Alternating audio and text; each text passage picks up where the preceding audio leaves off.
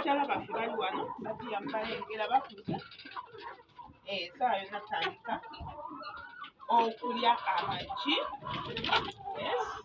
naye nga mu byonna osinga bakubiriza kutandika ddiya oba olina kyopulanyika okukola kola kubako omwaka gugenda olunaku olupya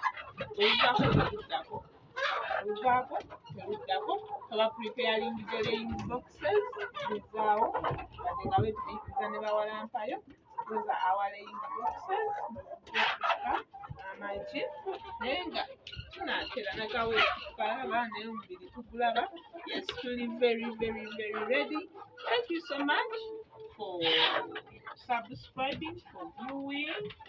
Yeah, let's pray for our birds okubiika laying time etuuke zibiike. Oboolyawo mukama ajja tukola bulungi tube nga tutambuza ekintu nga bwe tukirala naye ng'empanga sofa badiya empanga ziri mu kuggwaawo ziggwawo lwa buwoomi.